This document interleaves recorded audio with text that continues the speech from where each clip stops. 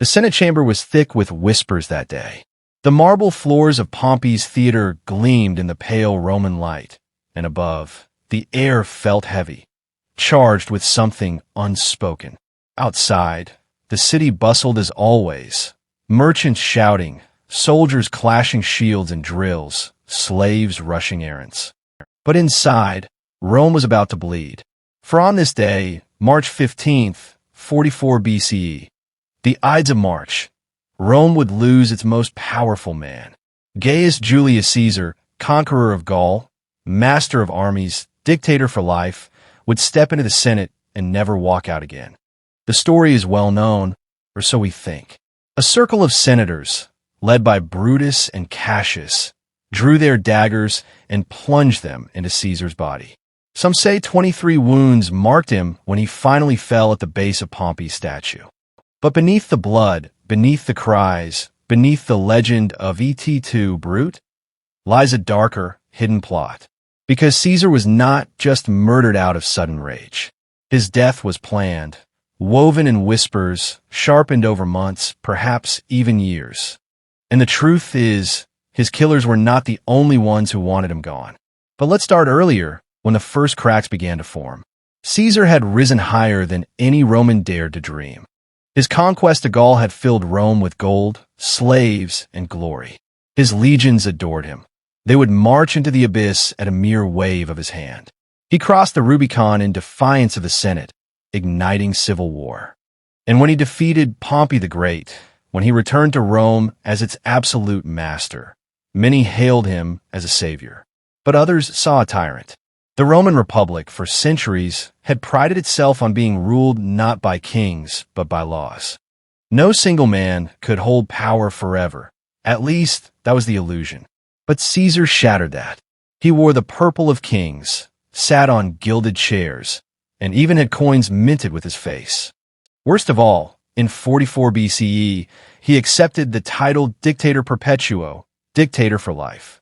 For the senators, proud guardians of the Republic's ancient traditions, this was heresy. To them, Caesar wasn't saving Rome. He was strangling it. The conspiracy began in shadow. Cassius, a bitter man who had once fought against Caesar, whispered first. He reminded the Senate that Rome had expelled its last king, Tarquinius Superbus, centuries earlier. Was Caesar not becoming another Tarquin? Did Rome not bleed for liberty, only to see a crown creep back into its hands?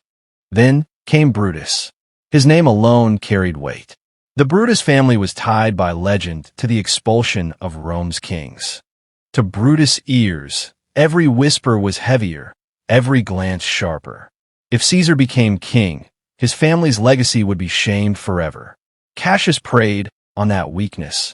He told Brutus, "Rome needs you. The Republic needs you." And slowly, Brutus leaned into the plot. The conspirators grew. Cimber, Casca, Decimus, Trebonius, senators who had smiled at Caesar in public, now sharpened their daggers in private. They promised themselves it was not murder. It was salvation. They would kill one man to save millions. But here lies the darker truth. It wasn't just philosophy. It was power. Caesar's reforms threatened the Senate's wealth and privilege. He had given land to the poor, planned to expand citizenship, and even whispered of campaigns eastward that would eclipse Alexander the Great. With Caesar alive, the old guard of the Senate would fade into irrelevance. With Caesar dead, they could claw back control. And so the knives were drawn. But the gods, it seemed, tried to intervene. Strange omens filled the days before the Ides. Birds circled the forum in odd patterns. Lightning split the sky in clear weather. And Calpurnia, Caesar's wife, dreamt of his statue bleeding, the Senate bathing in his blood. She begged him not to go. On the morning of March 15th, Caesar hesitated. He was not a man easily swayed, but the omens in his wife's terror gnawed at him. Perhaps he sensed the whispers. Perhaps he already knew. Some sources claim that a note was thrust into his hand that very morning, warning him of the plot, listing the names of the conspirators. He slipped it into his robes, unopened, and yet fate or arrogance pulled him forward. Decimus, One of the conspirators arrived at Caesar's home. Smiling, loyal on the surface, he urged him to attend the Senate.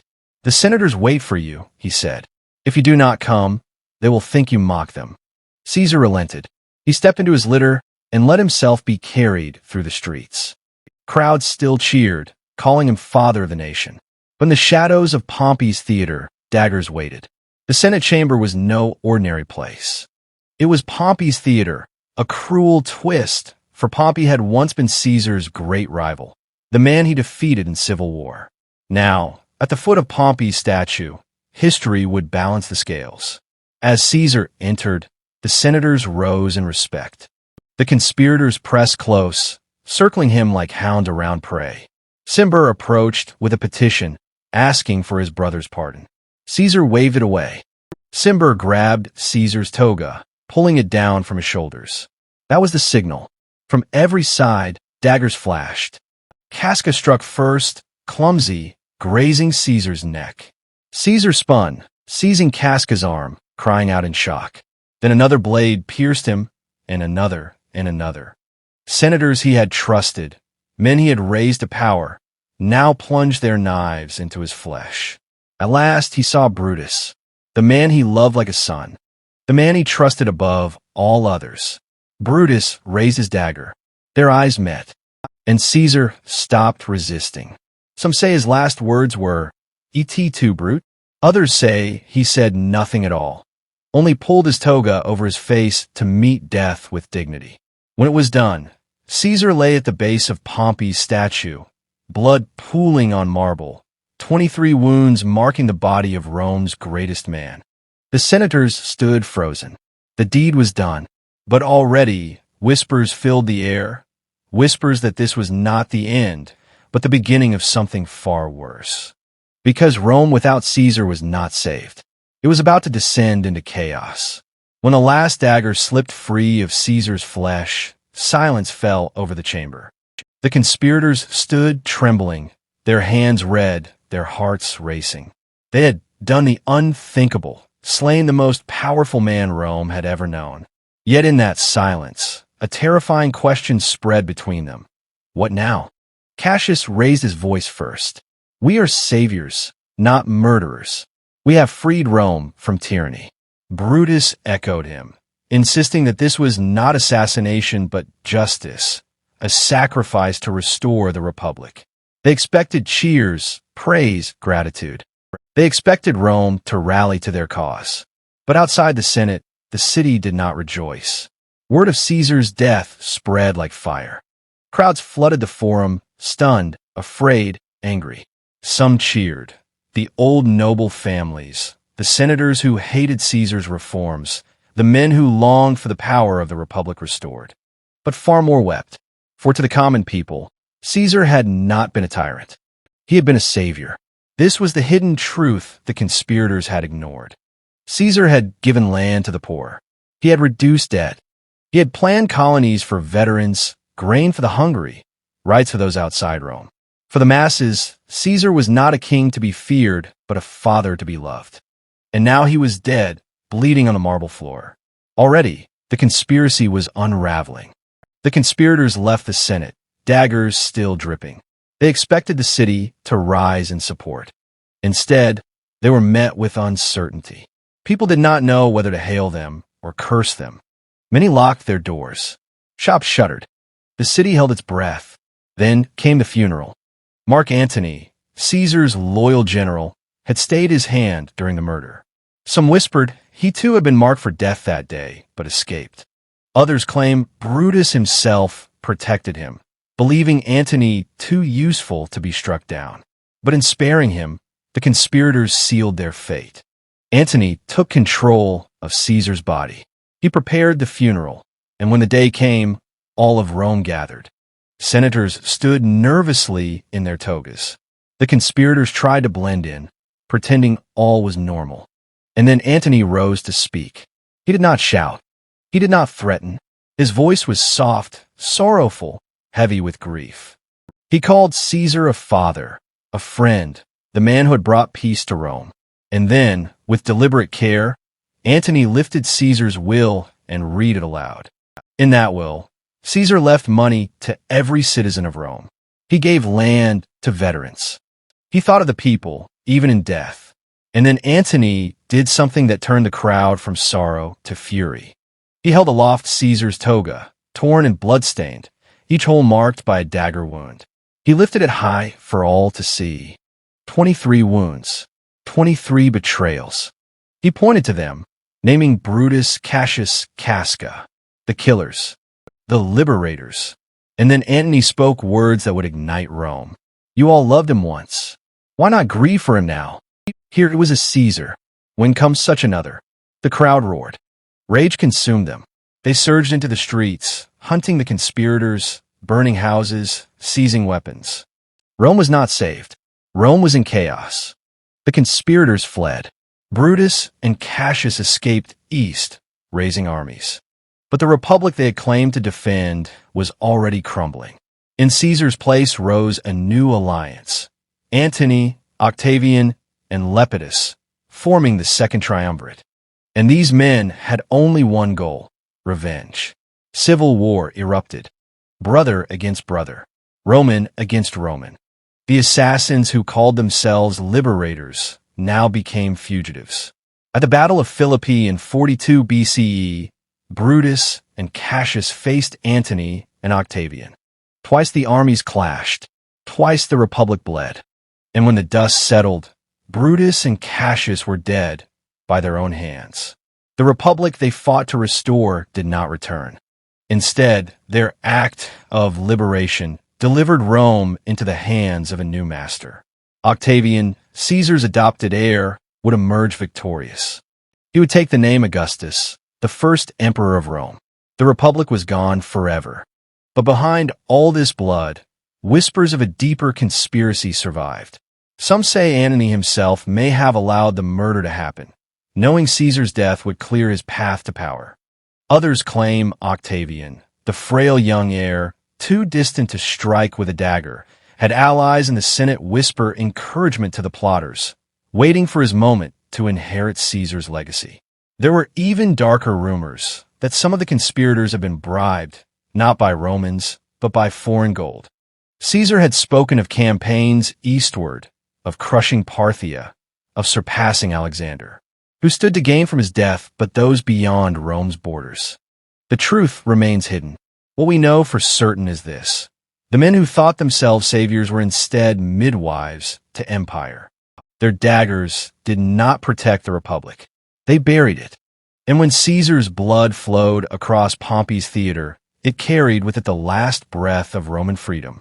The Forum still echoed with the cries of the mob when the sun set on that cursed day. Caesar's body lay upon the pyre, flames devouring the remains of a man who had reshaped the world. Above the crackle of fire and the roar of grief, Rome itself seemed to shudder, torn between past and future. The conspirators had promised salvation.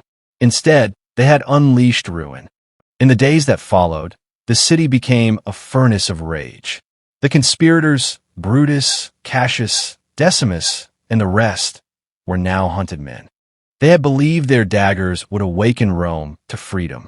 But the people wanted vengeance, not liberty. They saw not tyrant slayers, but traitors, murderers of the one man who had given them bread, land, and dignity. Shops were looted. Senators barricaded themselves in villas. Fear ruled the streets. The conspirators tried to speak, to justify themselves, but no one listened. Even their noble families trembled. Rome was against them. Mark Antony seized the moment. He declared himself Caesar's avenger. His words, calculated, fiery, theatrical, turned grief into fury. Statues of Caesar were crowned with flowers. Shrines appeared overnight. He was no longer just a man. He was a martyr, almost a god. And in that transformation, the true danger revealed itself. Because Caesar had named an heir. A boy, young, sickly, untested. Gaius Octavius, Caesar's great-nephew. But in his will, he had adopted him as son.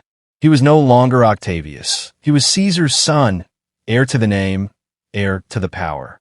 At first, few took him seriously. Antony laughed at him. A boy of 19 could not challenge hardened generals, veterans of Gaul. lords of the Senate. But Octavian was no ordinary youth. Quiet, patient, calculating, he played the long game. He courted the legions, reminding them that their oaths had been sworn not to Antony, not to the Senate, but to Caesar's name. And that name was now his.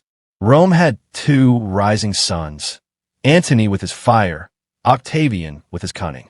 Both claimed Caesar's mantle. Both wanted revenge. The conspirators had no chance. Brutus and Cassius fled east, gathering armies in Greece. For 2 years they raised troops, forging alliances, calling themselves the defenders of the Republic. Yet even they knew the Republic was a ghost. Their armies were mercenaries, their supporters driven by coin, not conviction. Back in Rome, Antony, Octavian, and Lepidus forged an unholy pact, the Second Triumvirate. They sealed their bond in blood, hunting down anyone suspected of sympathy for the assassins. The streets ran red. Hundreds of senators, thousands of equestrians were executed. The Republic's last breath was strangled in purges. Cicero, Rome's greatest orator, who had once dreamed of liberty, fell to their knives. His severed head was nailed to the rostra as a warning. The men who killed Caesar claimed to save freedom, but now freedom itself was being butchered. Finally, the reckoning came at Philippi in 42 BCE. Two armies faced each other on the plains of Macedonia. On one side, Brutus and Cassius, the so-called liberators. On the other, Antony and Octavian, the heirs of Caesar. For days the armies clashed. Dust choked the fields, blood soaked the soil, brothers killed brothers. At first, Brutus struck a victory. He broke Octavian's camp, scattering his men. But on the other wing, Cassius fell to Antony's legions. Believing Brutus defeated, Cassius chose suicide over capture. He fell on his sword, the same sword he had thrust into Caesar. Brutus fought on, but fate was sealed. Surrounded, outnumbered, betrayed by his own officers, he too chose death. Falling on his blade, he whispered bitter words, "O Caesar, you are avenged." With Brutus and Cassius dead, the dream of the Republic was finished. The conspirators' daggers had not saved Rome. They had doomed it. For in their attempt to stop Caesar from becoming king, they opened the path for something greater, an emperor. Octavian returned to Rome triumphant. He shed allies one by one, turning on Antony, outmaneuvering Lepidus, defeating Cleopatra at Actium. At last, he stood alone. The Senate, broken and powerless, gave him a title, Augustus. He became the first emperor of Rome. The Republic was gone forever, but the hidden plot behind Caesar's death never faded. Some whisper Antony had known all along and let it happen, knowing Caesar's fall would bring him power. Others suggest Octavian's unseen hand guided events, too young to strike himself, but already patient enough to inherit the crown through blood. And darker still, some claimed Caesar himself courted death, ignoring omens, dismissing warnings, walking into his fate as if he welcomed it, knowing his death would make him immortal. For in the end, the conspirators won nothing. Caesar's name lived on. Caesar's heir ruled all. And Caesar himself, slain by 23 blades, rose higher than any emperor could dream. He became eternal. So when we ask why Caesar was killed, perhaps the truer question is this: was he killed by men who feared him, or by destiny itself, ensuring that through his death, Rome would never be free again?